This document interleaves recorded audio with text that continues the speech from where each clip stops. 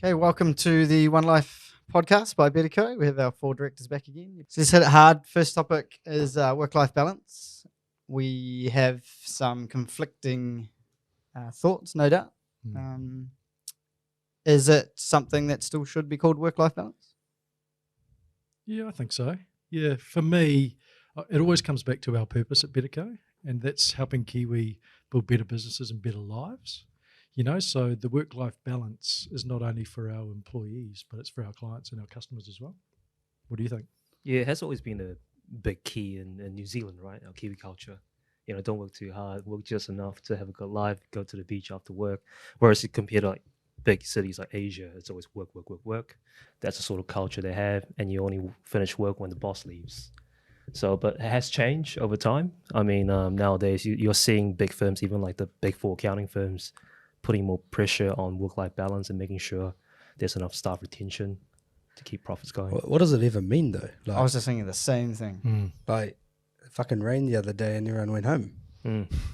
Like, no, seriously, you're laughing. Every excuse not to work, they just don't work. And it's right? like, oh, should we send everyone home? Well, surely common sense is there to.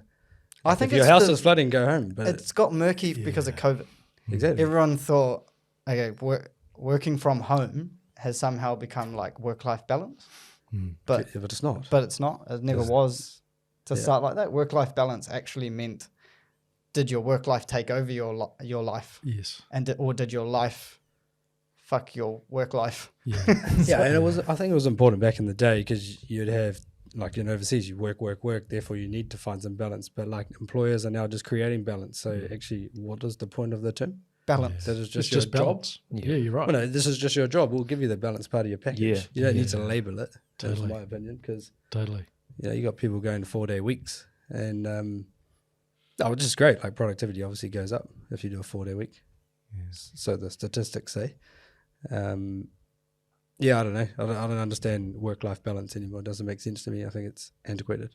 Well, I think we're a little further down the track because we call this podcast OneLife because we believe that there is no such thing as work life and personal life or home life or whatever bloody life you have. There's actually one life. It doesn't matter whether you're an employer, an employee, a dog or a cat. You've got one life and you better bloody make it count. Yeah. So what's the mindset of our teams then, or the employees of our customers? What's their mindset? Where are they at? Well, apparently 54% of people would take a pay cut for more work-life balance. So we need to define that first and foremost, don't we? Yeah, I'd like to know what that means. Yeah, Does is that it mean just more stop time- working when you want to? Exactly. Or, Like you more know? time off work? Yeah. Or just... Yeah. For me, it means that our people are becoming slack. I reckon. Yeah. Oh, so you can't put a blanket Oh, approach. not I think. blanket, but in general, Yeah. like for that 54% Yeah, that say they want a work-life balance, I think they're just out for an easy road. I'm with you. Easy ride. Yeah, I reckon. But the other good bunch that still want to work hard, they'll put down everything and just reply to Totally, me. that's the or- 46%. But it's true. I think it's COVID. Like everyone's like, just because you can work from home now, it's put in the same bucket. But it's like, yeah, you can work from home, but are you actually working? Yeah. And people forget that. Like I don't believe that people don't work hard. Like I believe everyone's trying to do their best, but it's like, are you most effective at work or at home? And you'll be able to make a better decision for yourself. But you find that people that work from home, I see them out. Like sometimes you go to the gym at 9:30. That's fine. Like we've got OneLife. I've done 3 hours of work before. You go, it's my work from home day. I just sleep in and go to the gym, and then I'll have lunch. And it's like, fuck, when are you gonna do some work, bro? Like, and that's on your employer. Yeah, it totally, and it varies across people. You know, I think during lockdown we found out with our own team that some cope better than others. Yeah. And I think that's across industry and across business, right? So I think some thrive in that environment of working from home. I think it's a learning curve as well. Some people overwork when they work from home, like some of us and some of our team, and they get burnt out because they don't know when to stop. No one's going to stop and talk to them. There's no social interaction. But I think some might just be catching up, right? Yeah, and they've got yeah. no distractions, so they But I just get think shit done. It's probably a journey for each individual. Like the whole lockdown thing was pretty new to everyone, right? But over time, people know what actually is work-life balance. Yeah. How do you structure your day? How do you go to gym properly? And I reckon not get burnt employers out. need to put way more structure around work from home now. and work-life balance, whatever Yeah. that means. Well, I think we're Um, discussing the exact same thing that makes the whole bloody thing muddy. Is that we just have been talking for 2 minutes about working from home? Who gives a shit? It's not. Just That's like 1/10 of the thing. Yeah. It's like all the rest, like you say, go to Yeah. the gym and whatever. So the only way to do that is to either structure, put KPIs, have to. or have metrics. Yeah. And one of the key things, which is problematic for low performers, is if you move towards a results-only work environment where you're like, okay, mate, do your work whenever you want, have your balance, but here's your outcomes that you need to achieve this month, this quarter, this year. And everyone's going to be happy if that person achieves those things. But then the people that get unhappy are the people who can't perform in that way. Mm-hmm. Yep. Totally. Is that unfair? Well, you have to have that flexibility because no one's the same, right? So you What, reckon what kind of flexibility though? Like, what do you mean? like Well, having some high performance, some low performance? Yeah, correct.